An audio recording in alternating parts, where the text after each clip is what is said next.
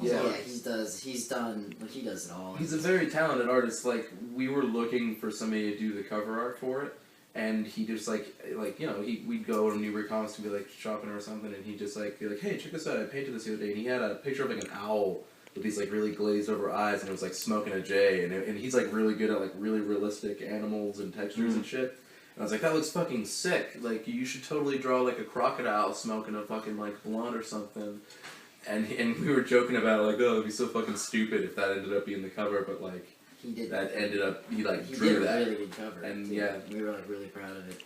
We were like, yeah, we'll call it Reptile King, so like put a crown on top of it. It'll just be like a fucking stoned as fuck alligator with wearing a crown with like this like euphoric like trippy spiral in the background. He like drew it all up. I think it came out great. Guys, how is it being, you know, the genre that you guys are, you know, very heavy-hitting hard rock band, like playing shows with, you know, a lot of metal bands and stuff? It's just how is that for you guys? It's kind of just like the hand you dealt. Like, there's not a huge rock scene here, in the Boston-ish. Well, there is kind of, but like in like the outskirts where we kind of play, there's really no real rock scene. But you just kind of have to get out there anyways, and for the most part, the metal community's been accepting of us. But I mean, it can get weird, like as it goes on with like, okay, you're gonna play with like 3 death metal bands and like a blues rock band. Yeah, So, I think it helps because like their music, you find with the death metal band, their music's gonna be more energetic, and ours is kind of a little bit more laid back, so we have to put on a more energetic show in order to compete with like a fucking fucking death metal band that's following us, you know. Crocodile tears. Ever heard the phrase crocodile tears before? It means you're pretending to be sorry. But you're a crocodile, so it's okay. But you're a crocodile and you bask in the sun.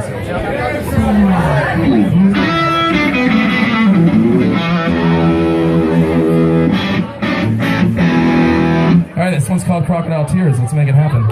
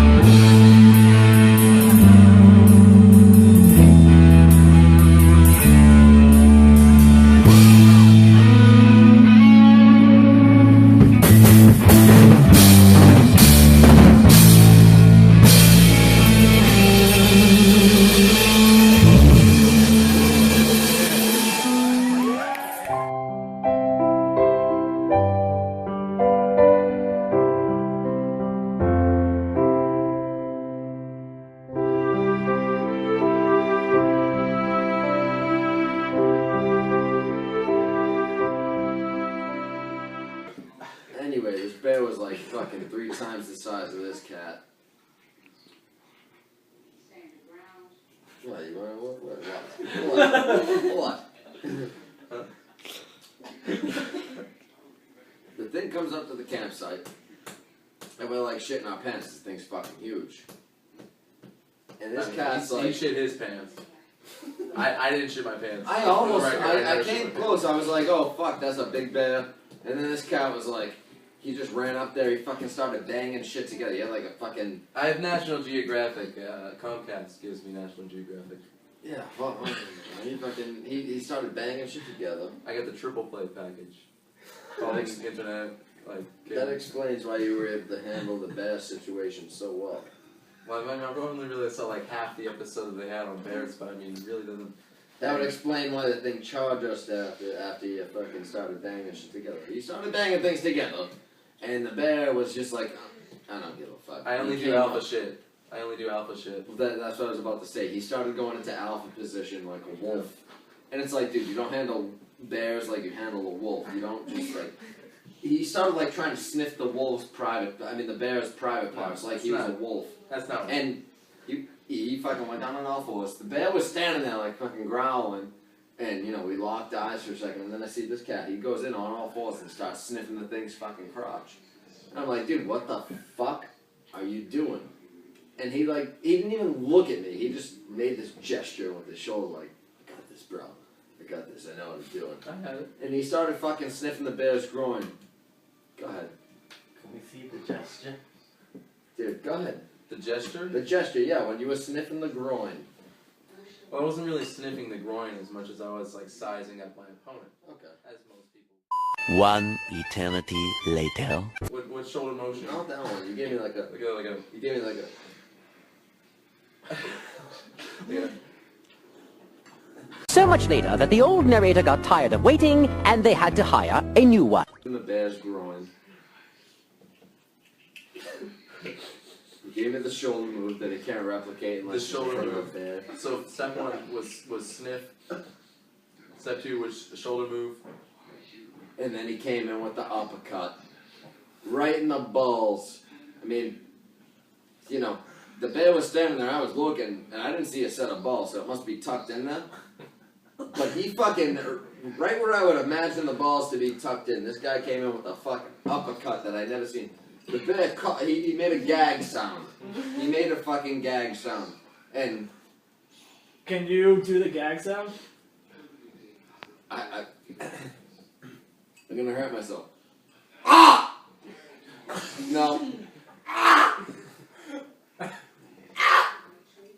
I can't do it. I can't do it. If you could... I mean, what do you use like a tenon? You get basic cable or you get... I usually just rub like a couple sticks of tinfoil together. Yeah, the Mel Gibson. Yeah. It's a good method. Speaking of which, his performance in that movie Armageddon. No, that's Bruce Willis. Those two guys look really similar. You know what I mean? No. Bruce Willis and fucking Mel Gibson, you don't think they look similar?